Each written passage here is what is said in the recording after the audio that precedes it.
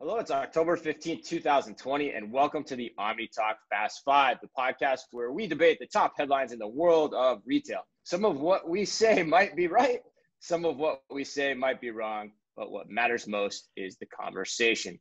The OmniTalk Fast Five is sponsored by Fast Sensor and Takeoff. Fast Sensor is the first AI-powered business intelligence platform that provides business owners with ROI-focused optimization tools tailored to fit your organization. With Fast Sensor, you can successfully monitor safety, efficiency, and journeys from customer flow to queue management to the effectiveness of digital signage and promotions. And Takeoff. Takeoff is transforming grocery by empowering grocers to thrive online. The key is micro-fulfillment, small robotic fulfillment centers that can be leveraged at a hyper-local scale. Takeoff also offers a robust software suite so grocers can seamlessly integrate the robotic solution into their existing businesses. To learn more about both, visit fastsensor.com or takeoff.com. I am your host today for the podcast, Chris Walton, and I am joined, as always, by my partner in crime, Ann Mazinga, and Emma the intern. How are you both today? I was wondering what other kind of host you might be. You're like, for the podcast specifically, but what other things could you be the host for? I got a little tongue-tied on that read. It's all right. Given the coronavirus, there's a whole lot of hosting going on right now. So, I just figured you were up Catholic with jokes are coming in and all that kind of stuff. So, but we'll keep the show. We'll keep the show the way it always is. We're going to roll. I figured you were just so excited about Prime Day and you had been up for so many hours getting all your Prime Day deals that you were just, a little flustered, huh? A little bit. I mean, I'm not going to lie. Kind of tired from this week. A lot's been happening. Prime Day, it just kind of gets thrust upon us, which none of us were expecting. Emma, you got college going. You've got Prime Day this week. Lots happening.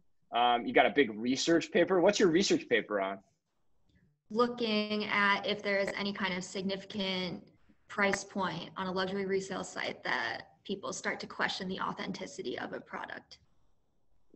Do you have a price point, Emma? Is there a price point for certain things? Is there a hypothesis, Emma? Yeah. Well, the hypothesis is that there is a significant price point, and then the experiment is trying to figure out what that is specifically. I think usually, if it's a brand new thing, if it's less than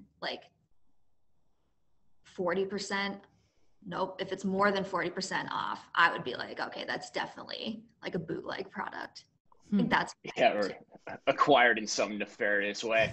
Right. That's fantastic. Fill off a truck. Well, all right. That is cool. And for those that don't know, Emma's in the master's program at the University of Minnesota, Emma the intern, doing that type of research. And I'm sure she'll share the findings as we go along here. But guys, we got to talk Prime Day. I mean, normally we do a lot more chit chat, a lot more banter, but there's a lot to get to this week. And I want to hear what you guys bought, number one.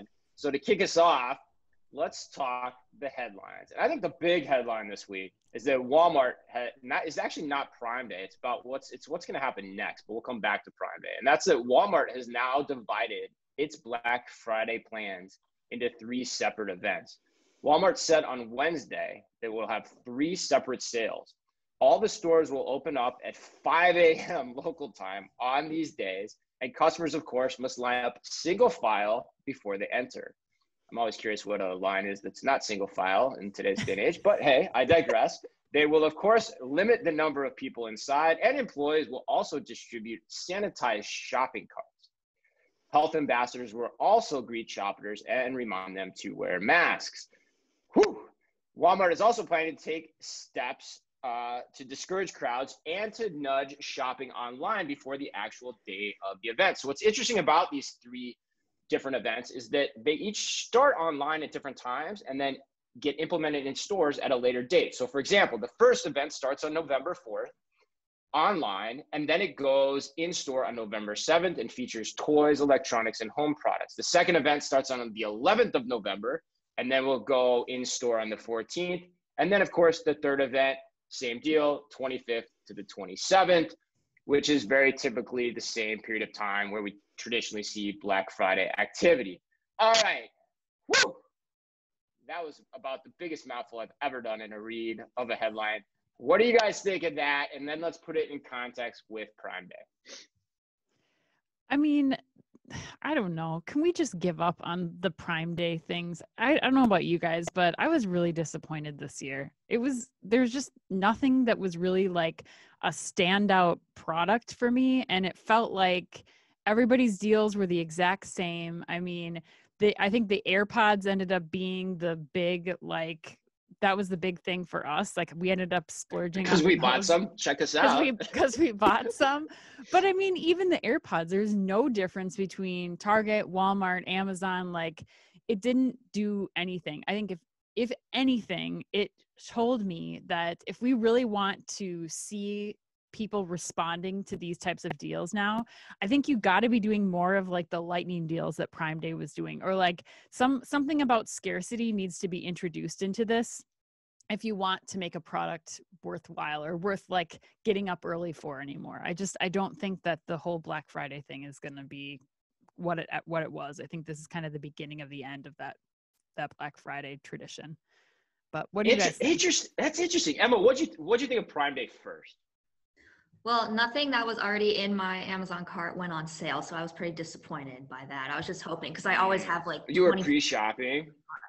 Well, yeah, I always have a million things in carts all across. I have like 500 tabs open right now of shopping carts that I never buy, but nothing in my cart went on sale, so I was pretty disappointed by that. And then, as you guys were saying, really the only deal that I saw on there were the AirPods, but that's something I already have. And there's a new laptop I want, but it didn't go on sale anywhere. And so I was pretty disappointed. I think Anne's onto something with how Black Friday is really changing. And I'm kind of curious to see if it'll exist in the next 5-10 years anymore the way that it does.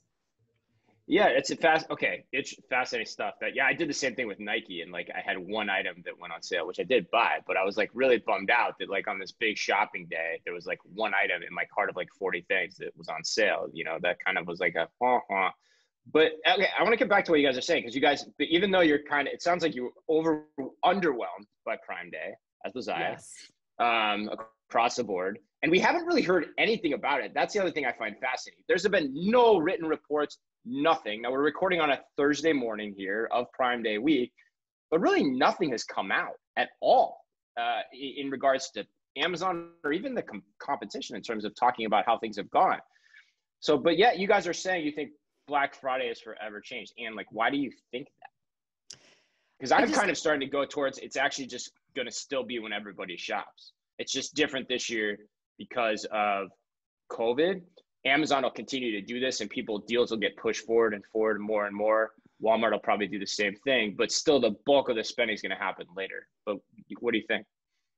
Yeah, I mean, I think that people just aren't in the mindset right now either. Yeah. I think that it's hard. Like we talked about last podcast, like none of us were buying gifts. Did you guys end up buying any gifts, like last minute changes? No. I mean, there wasn't anything compelling that was really driving me to spend extra money. And maybe I'm just in the like part of the country that's, you know, in this conservative mindset of like, unless I absolutely need it for the next, you know, 3 months or 4 months, it's not something that I need to pull the trigger on right now. So I don't know. I think it'll go back to normal levels next year, but I really believe that this is going to be a shift in what Black Friday or what these like spending holidays that keep coming up. It's like the same as these gratuitous like international blank day. Like I just feel like it means nothing anymore. There's like no sanctity to these retail holidays anymore.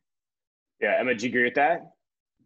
Yeah, definitely. And the other kind of thing I wanted to talk about, I think honestly, Amazon, if you ever watch their like live streams every day, they do like 5 products that go on sale and they talk about them, and they're always like cool products and at a significant discount. And I think that that's like a much more exciting way to shop. And if Amazon can kind of plan more of those around something like Black Friday, I think that might be kind of where the future of this is going, because those deals are honestly better than anything I saw on Prime Day. Yeah, I think that's where my head is at too. Is I think there's actually 2 separate conversations going on here. Like one, Amazon can now move the market whenever it wants. I mean, we always kind of knew it could, even when it was do it in the summer. But now it can kind of do it whenever it wants, and everyone else is going to have to follow suit. But whether that's impactful, I think, is the second part of the story, and how much it actually changes the behavior in terms of what they do and where the spending actually falls. I think when you're still talking about traditional holiday things, like, I think you're still going to see that move later. The Walmart announcement is interesting too, in the sense of, you can see why they're doing it because of the pandemic. They want to have crowd control, which I think is going to be tough if you're trying to do that to the degree that they're trying to do. But it also the announcement was made on the second day of Prime Day, which also gives me some indication that, maybe things aren't moving as quickly as people want right now, even in advance of all this or even given all this activity. So so what is going to happen? And are we still going to need to push things later just because that's the mindset people are traditionally in, and that's when people care about it, even though Amazon can go in and poach the hell out of it, anytime they want, is what this is showing, especially across all the different categories. So yeah, I don't know, more to come on this. I just feel like we don't have a lot of information.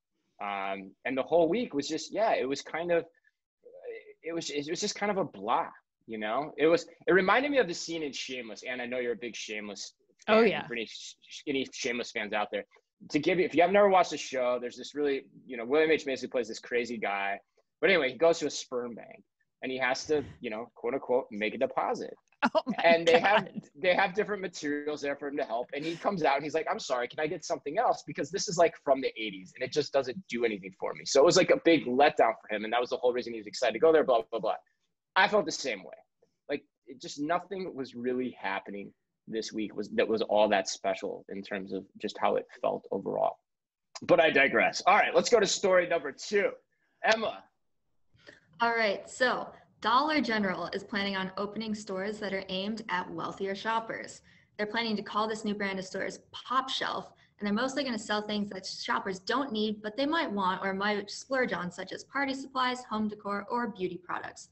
They're planning on opening 30 stores by the end of next year, and they're going for the suburbs of larger cities with these stores. So this, to me, makes no sense. And I'm curious to see what you guys think. But what? Why?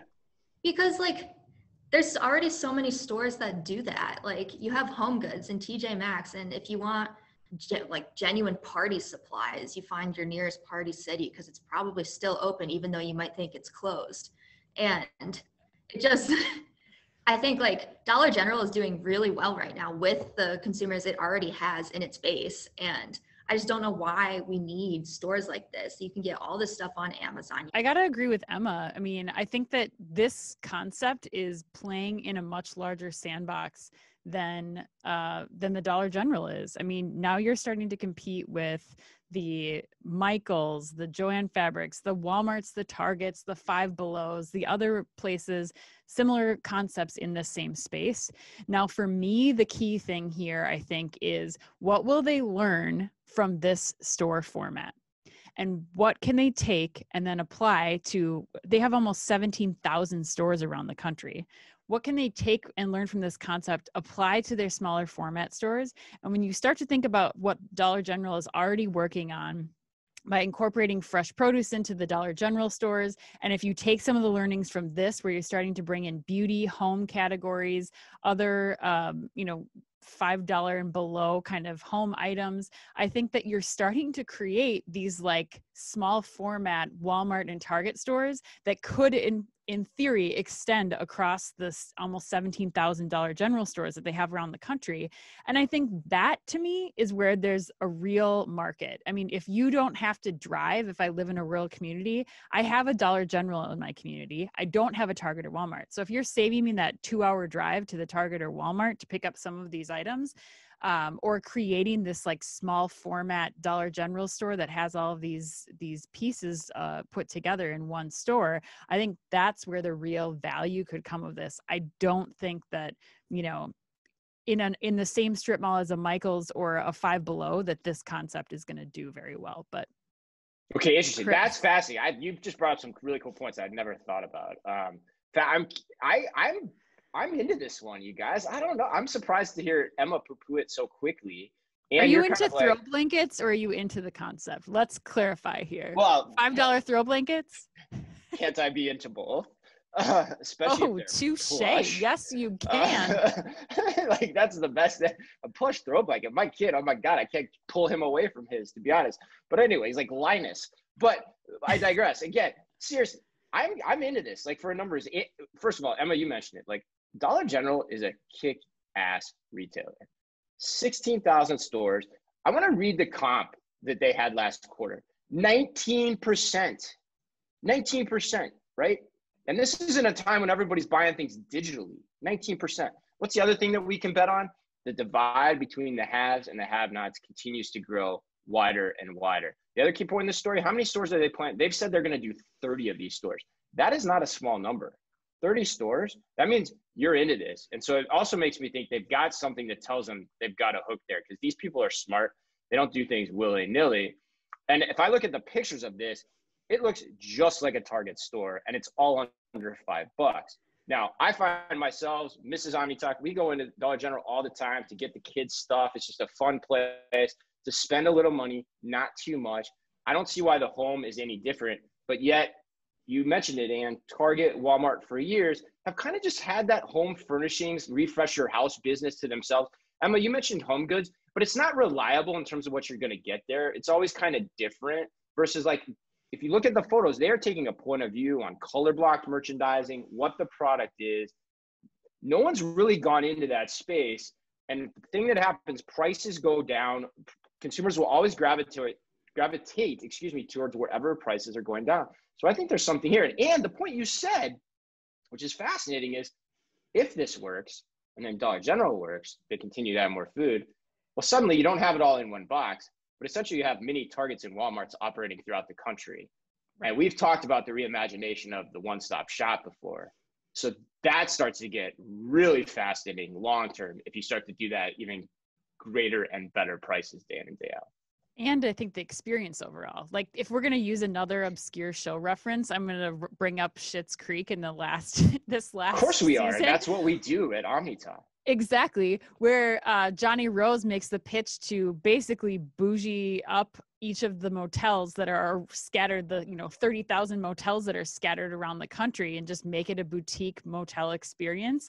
I think that's what Dollar General has the ability to do with their stores. They can really class up these stores and still have the right mix that still hits on that dollar, that price point that you're talking about, Chris, but gives a little bit of an elevated experience that these people in rural communities would have to drive, 2 hours to get to the closest experience like that. So yeah, I think it's a good move. I think we should keep tabs on this one, you guys. Yeah, it sounds a lot more like expect more, pay less for those of you that follow that brand pretty closely. Or save money, live better. Yeah, save money and live better too, huh? Yeah, sounds a lot like funny. That one too. All right, Ann. Okay, guys, I have story number 3. So Standard, formerly known as Standard Cognition, aka the Madonna, Bono, Beyonce of checkout-free retail, has converted a convenience store at the University of Houston into an entirely checkout-free retail facility in partnership with the college and the dining services provider, according to a joint press release. The store is leveraging Standard's machine learning technology. It will be open 24 hours a day, carrying the typical snacks, coffee, other convenience items intended for on-the-go consumption. And it can even do a transaction in 2.3 seconds, the fastest ever recorded for those students who might be running late to class. Not that we know anyone who's ever experienced that. What in the world do you guys think of this Standard, not Standard Cognition, but Standard announcement? Whew, I don't know. I'm skeptical on this one. I think your read was really interesting too, calling them the Madonna or whatever. I mean, I'm actually starting to wonder if it's a little Milli Vanilli on this one. I mean, there's not a lot happening here to me. Like, we had the CEO on our podcast about a month ago now, and yep. Talked about he was, they've had a lot of fanfare in the past. They were going to have 3,000 stores in Tokyo, right? That never happened. Now he was saying on the podcast, like, look out, come September, October, we're going to have some big announcements. This to me isn't it. And technically they have 4 stores open. Their PR team, I inquired with their PR team last night. They have 4 stores that they're opening here now as well. They're going to have one in Charlotte, one in Toronto, in addition to their San Francisco store that they're including in that mix, which I think is an interesting point in the press release as well.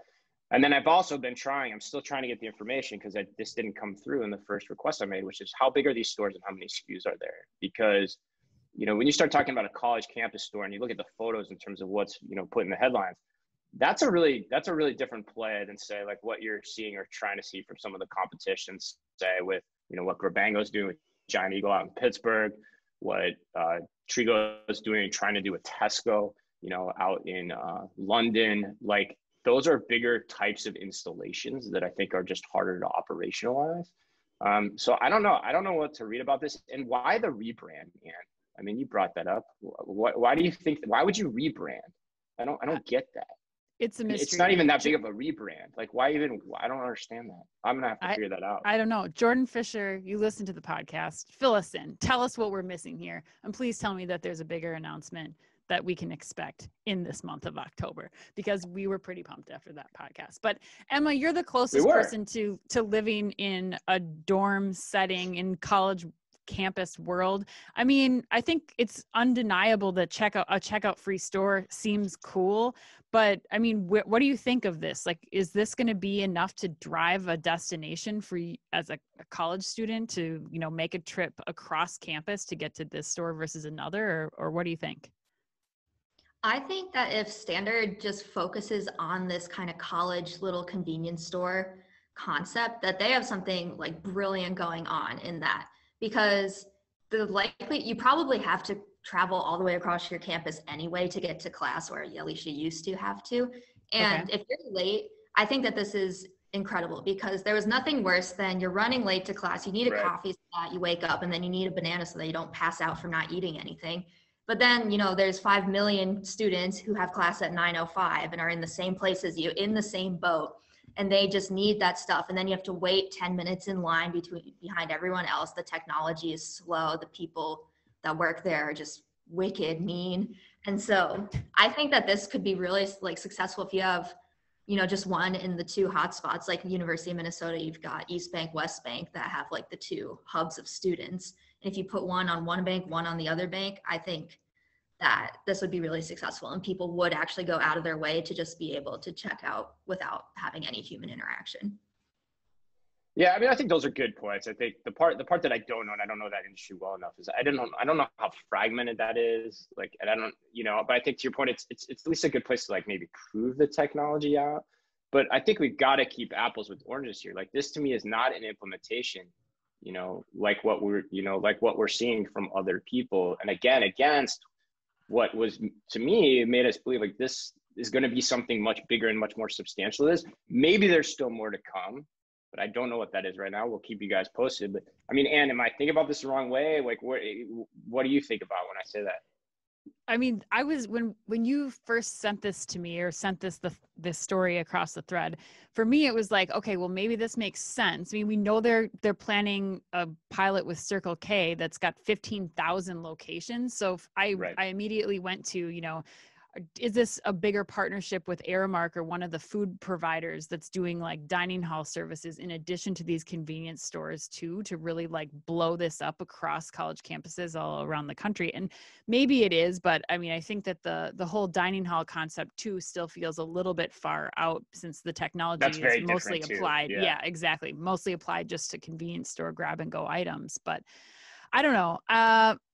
Yeah, I guess I end it by saying I expected more from this announcement. So I'm hoping that there's going to be another few things to come from Standard. And we're live on email here, and if we get information on the SKU count and size, we'll be sure to pass it on here while we're recording, and also continue to share it with you guys as we get more information. But let's keep moving. I think we feel kind of the same way. All right, who's up next? Knowing how this is running, it's Emma. All right. Yes. So GameStop and Microsoft are partnering to create the ultimate gaming destination. So Microsoft, who's the creator of the Xbox console, is going to leverage GameStop's retail stores to offer an expanded variety of product offerings, including, most importantly, Xbox All Access, which provides an Xbox console and 24 months of a Game Pass to players with no upfront cost. And then GameStop is now going to be able to utilize Microsoft's cloud-based business applications and its customer data platform. So this, according to my gaming sources, is pretty cool. It's pretty cool, because my first thought was that, you know, there's not really any need for GameStop to exist in its current format at all. Like nobody really goes and physically picks up games from GameStop anymore. However, they do have a customer base, and Microsoft is pulling a smart move here and taking that, making their stores much smaller and providing that kind of gaming through streaming, which is really kind of the future of gaming, but also being able to sell your Microsoft products in a store that is much more local. You don't have to like travel all the way to Minneapolis or the Mall of America to go to the Microsoft store. You can just go to your local mall that probably has a GameStop. But definitely the streaming aspect of this is huge for the gamers. Yeah, and you were big on this story. Yeah, for sure. I mean, I think the most interesting part of it for me was that Microsoft closed their retail stores earlier this year. So now you're looking at one of their biggest audiences and one of the biggest draws. I mean, the Xbox was always in the front of the Microsoft store to try to draw people into the other Microsoft products. So now you have, like Emma said, you have these GameStop locations that are drawing in a gaming audience. You're giving GameStop a source of subscription revenue, which I think arguably might end up actually being the demise for GameStop if people just end up completely doing streaming and they've kind of, cannibalized themselves there. But I think that it's important to think about the opportunities that now Microsoft and GameStop have together within these retail locations. I think it goes back to what I was saying earlier about Prime Day and, the drop and being able to have these exclusive experiences like what they're doing with the Xbox release, and having the ability to go same day to pick up that product. And I still think that there's value in, one, the scarcity, the drop part of it, two, in being able to go that day. I mean, the AirPods are a great example. I looked online, they were on sale for Prime Day, that drove the price, but I ultimately ended up buying them from Best Buy because I could drive there that afternoon and pick them up. And some of these products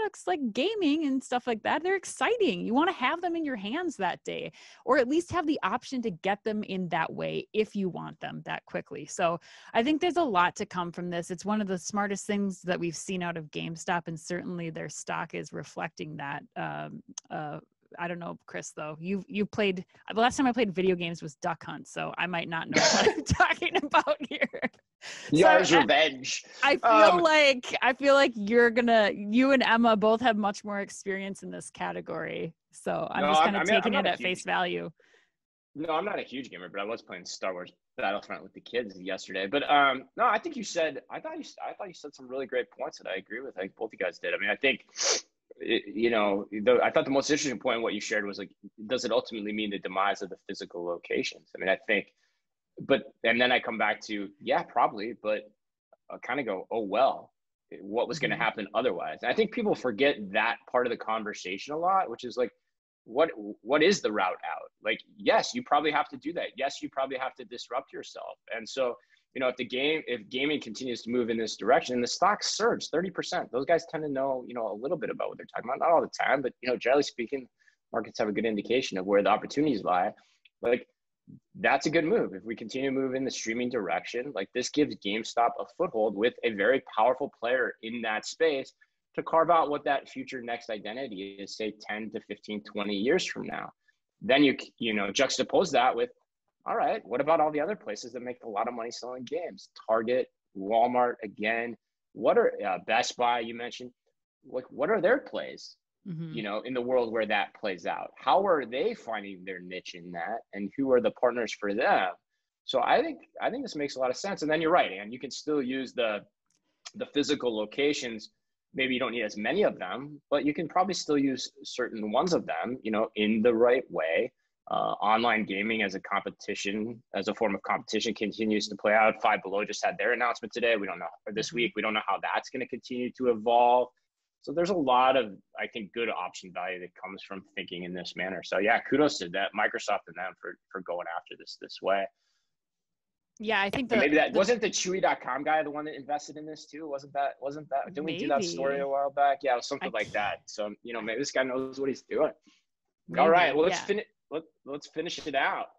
Last story, and I think this one's important, especially in context with what we just described, which is the world is continuing to move more into this digital first direction. Carter used to talk about it all the time when he was on our podcast with us, which is really about who owns your day, and what are the things you're interacting with on your phone throughout those periods of time, And that first touch point is mostly digital. And what retail is coming to grips with is the fact that the physical entity is really a second level in that discussion, when it was always the first level before.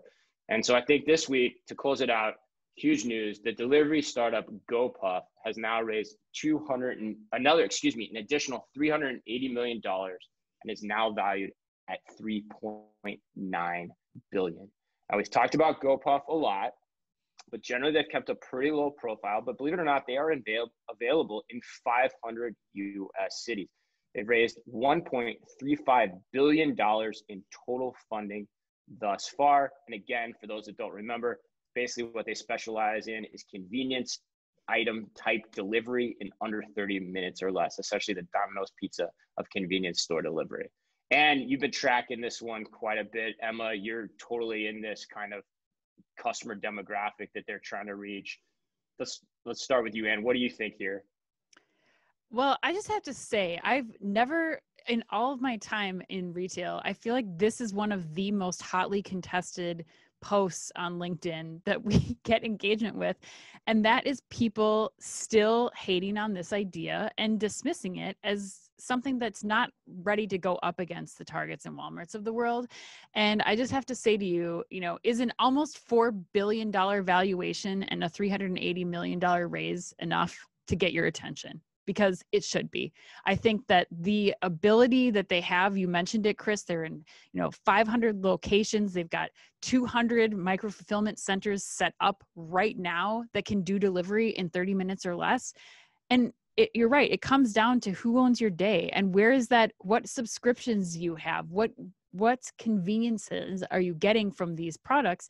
And I think GoPuff has the ability to be one of those players who, will own. Yeah, you might not have the same experience. It's not like waltzing through a Target when you have an hour to kill. But if you need a few random items and you can get all of those things in 30 minutes or less at a pretty convenient and good deal, I think this is going to be something that is just going to continue to take market share. We've been seeing the same thing again. Instacart, they brought on another few people this week.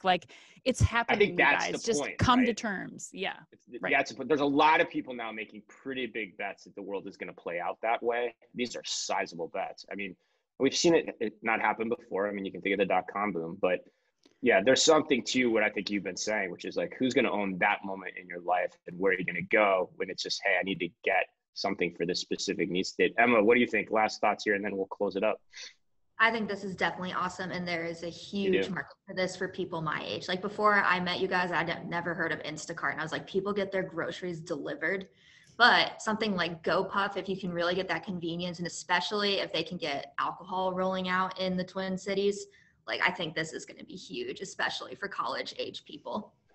Yeah. You know what else I got thinking about around this last night as I was doing the show prep was, take some of that money. What was it? It was $380 million. Take, $5 million of that. And I think what the really interesting idea, but I mean, seriously though, a mere $5. Right, yeah. You can do it. It's a mere $5, right? That's an S load of money. Take $5 million of that. You've talked about their little micro fulfillment warehouses. Give Standard a call and say, hey, let's make a combo micro fulfillment warehouse and a shoppable unmanned convenience store and see what magic happens. Because you bring those two things together where you have computer vision, AI accuracy in that retail operation, and then you're also able to ship out of it. That changes the convenience store delivery game and the convenience store shopping games in ways that are unimaginable. And it'll be really interesting to see who takes a fresh from the ground up approach to design a convenience store that can be shopped and shipped in that way. We leave you with that. And maybe put it in a mall. Maybe put it in a mall, but we'll leave you with that. Or just on the corner where everyone needs it too. Maybe we'll just start there. But I don't know. I think that one gets it got me going at least, and hopefully it will to you too. All right. That wraps us up. Happy birthday today to two people that I'm sure Ann and Emma, their intern, have no idea who they are, but that is Linda Lavin, for those that are fans of the old TV show Alice, and of course, Tanya Roberts, who will always be known to me as Stacey Sutton in A View to a Kill. And remember, if you only read or listen to one retail blog in the business, make it OmniTalk. Our Fast Five podcast is the quickest, fastest rundown of all the week's top news. And our twice weekly newsletter tells you the top 5 things you need to know each day, and also features special content exclusive to us and just for you, all within the preview pane of your inbox. You can sign up today at www.omnitalk.blog. Thanks as always for listening in. Please remember to like and leave us a review wherever you happen to listen to your podcast or on YouTube. And we're off next week because of Shop Talk, so be sure to follow us closely on social media and via email. And of course, as always, be careful out there.